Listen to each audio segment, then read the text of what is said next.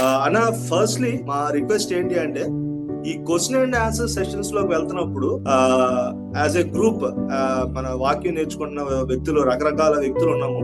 Youngsters ఉన్నారు, పెద్దవాళ్ళు ఉన్నారు, ఆల్రెడీ మినిస్ట్రీలో ఉన్న వాళ్ళు ఉన్నారు. గత కొన్ని సంవత్సరాలుగా కొన్ని సత్యాలని నమ్ముకొని వాటిని పాటించుకుంటూ వస్తున్నటువంటి విషయాలు ఉన్నాయి.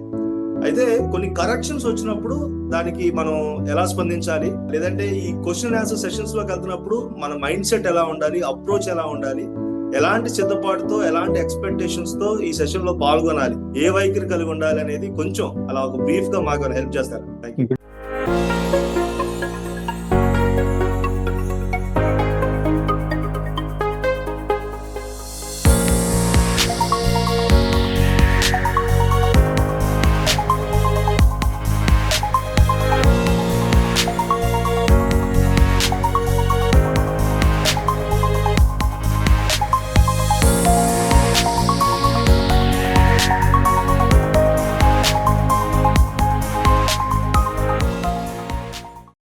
Good evening. రైట్. లెర్నింగ్ ఏదైనా కావచ్చు. అది క్లాస్ లాగా వింటున్నావా, లేకపోతే క్వశ్చన్ అండ్ ఆన్సర్స్ లెక్కలో వెళ్తున్నావా, ఎట్లా చేస్తున్నా కానీ ఏ లెర్నింగ్ ప్లాట్ఫామ్ అయినా అన్లెర్నింగ్ అన్నది చాలా ఇంపార్టెంట్ ఆస్పెక్ట్ లెర్నింగ్కి. అన్లెర్నింగ్ లేకుండా లెర్నింగ్ అన్నది చాలా కష్టమైపోతుంది. అంటే సింపుల్గా ఏంటంటే, మీరు ఒక ల్యాండ్ కొన్నారు ఇల్లు కట్టుకోవడానికి. ఆ ల్యాండ్లో ఆల్రెడీ సగం కట్టి పడిపోయిన ఇల్లు ఒకటి ఉంది అనుకుందాం. అరే, మనకి బాగా కలిసి వచ్చింది, ఫౌండేషన్ వేసే పని లేదు, గోడలు మొత్తం కట్టాల్సిన పని లేదు, సగం ఆల్రెడీ ఎవడో కట్టేసాడు, వాడు వదిలేసాడు అని చెప్పి ఆ సగం మీద నుంచి మనం కట్టడానికి ప్రయత్నం చేయంగా మనం ఏం చేస్తామంటే దాన్ని అంతా డిస్మాండిల్ చేసేసి తీసేసి పునాదుల దగ్గర నుంచి ఫ్రెష్గా వేసుకుంటూ కట్టుకుంటాం.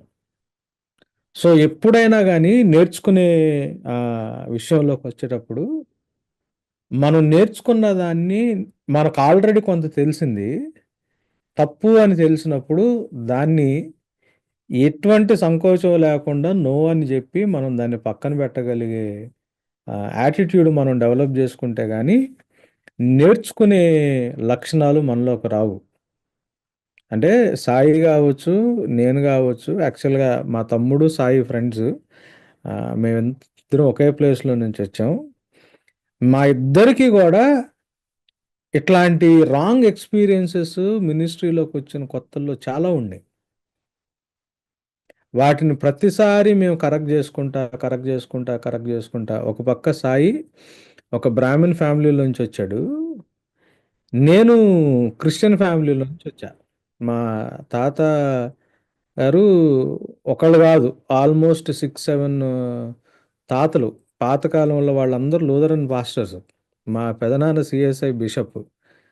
మా ఫ్యామిలీ అసోసియేషన్ అట్లా ఉండేది. మాసిలమ్మన్ గారు, చార్ల్స్ కింగ్స్లీ గారు, వీళ్ళందరూ డాడీ వాళ్ళు, మా పెదనాన్న వాళ్ళు, మా తాతయ్యకి కాంటెంపరీ ఆయన. సో మా ఫ్యామిలీ అంతా ఏంటి అంటే ఆల్రెడీ ఒక సీరియస్ క్రిస్టియన్ ఇన్ఫ్లుయెన్స్ ఉండి, రక్షణ అంటే ఇది, లేకపోతే దేవుడు అంటే ఇది, భక్తి అంటే ఇదని చాలా సీరియస్ ఆలోచనలు ఉన్న ఫ్యామిలీలోంచి నేను వచ్చా.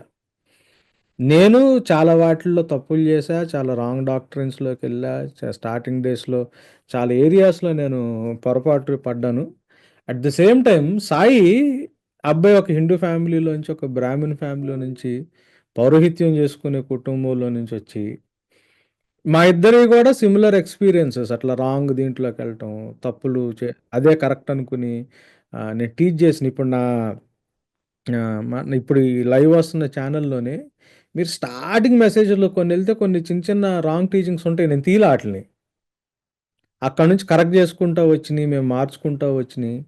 ప్రతి ఒక్కటి అన్లర్న్ చేసుకుంటే కానీ దాన్ని మనం, అంటే మనకు ఆల్రెడీ తెలిసింది తప్పు అని మనకు అర్థమవుతున్నప్పుడు దాన్ని మనం విడిచిపెట్టడానికి ఇష్టపడితే కానీ కొత్త విషయాలు మనం నేర్చుకోలేము. మనలో మనం ఆ మార్పులోకి మనం ముందుకెళ్ళటానికి అవ్వదు. Yeah Prakash, I think I'm clear in that కదా. సో ఒకటి అన్లెర్న్ చేసుకోవాలా? రెండోది చాలా హంబుల్ అప్రోచ్ ఉండాల. మనం సిగ్గుపడకూడదు. ఇందాక ప్రకాష్ చెప్తా ఉన్నాడు.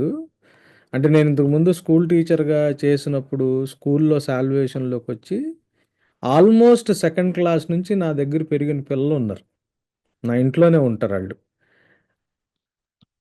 అంటే వాళ్ళు స్కూల్లో నా వైఫు చిన్న పిల్లలకి చెప్పేటప్పుడు ఆళ్ళు సెకండ్ క్లాస్‌లో ఆళ్ళ టీచర్స్ ఆళ్ళ స్టూడెంట్స్. నేను నైన్త్, 10థ్‌లో ఐసీఎస్ఈ వాళ్ళకి సి ప్లస్ ప్లస్, జావా ఉండేది. నేను అయి చెప్తా ఉండేవాడిని కంప్యూటర్ సైన్సెస్. అక్కడ నేను చెప్పేవాడిని. అంత ఏజ్‌లోకొచ్చి అక్కడ తర్వాత ఇంటర్మీడియేట్ నా దగ్గర మా దగ్గరే ఉండి చదువుకుని, ఇంజినీరింగ్ జేసి, పెళ్ళిళ్ళయ్యి వాళ్ళకి పెళ్ళిళ్ళయిన తర్వాత ఇంట్లోంచి బయట ఉండటం మొదలుపెట్టారు.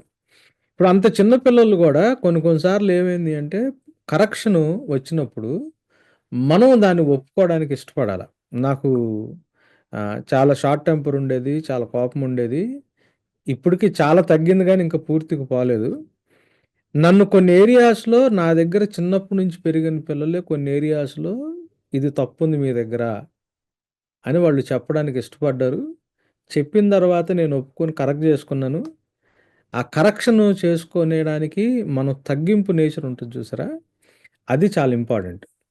హంబుల్‌గా ఉండాలా, కరెక్ట్ చేసుకోవడానికి ఇష్టపడాలా, మనకి ఏదన్నా నేర్చుకునేటప్పుడు మనం ఆల్రెడీ నేర్చుకున్న దాంట్లో ఎక్కడన్నా తప్పులుంటే దాన్ని విడిచిపెట్టి, దాన్ని పక్కన పెట్టి రావడానికి ఇష్టపడాల.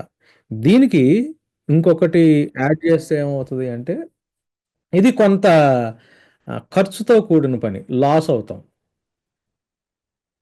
లాస్ అయినప్పుడు ఆ లాస్ భరించటానికి ఇష్టపడాల.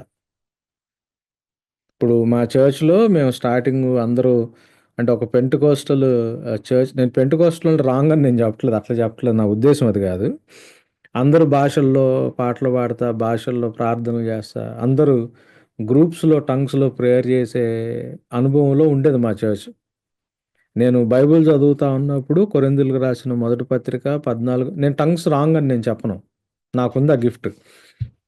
కానీ 14 అధ్యాయం చదువుతున్నప్పుడు అక్కడ ఒకళ్ళు అవసరమైతే ఇద్దరు.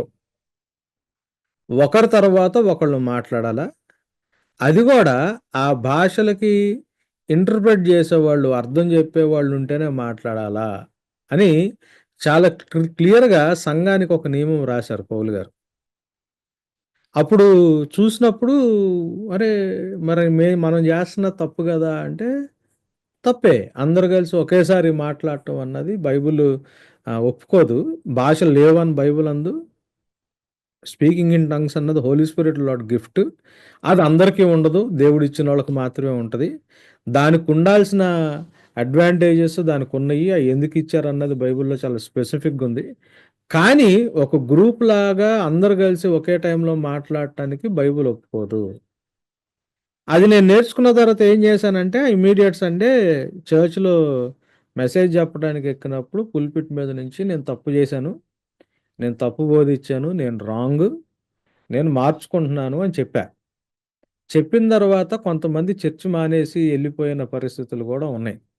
సో, ఎప్పుడైతే మనం నేర్చుకోవడానికి ప్రయత్నం జేసి, సత్యం వైపు మనం తిరగటానికి ప్రయత్నం జేస్తామో, మనం కొంత దానికి పేమెంట్ చెల్లించాల్సిన అవసరత కూడా ఉంటది.